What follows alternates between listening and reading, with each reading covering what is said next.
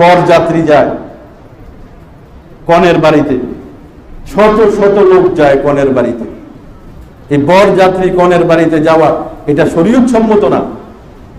ওই বাড়িতে কোনো খাবার দাবারের ব্যবস্থা নাই।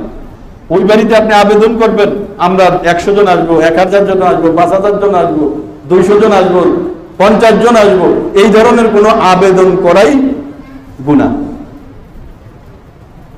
খাবার হবে ছেলের বাড়িতে, বৌভাত হবে, অলিমা হবে ছেলের বাড়িতে, মেয়ের বাড়িতে না।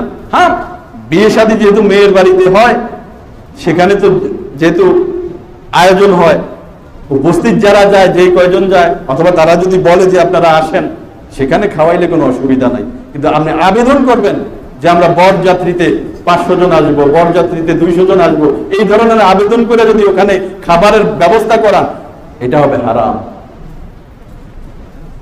আল্লাহ পাক আমাদেরকে বুঝার, আমল করার তৌফিক দান করেন।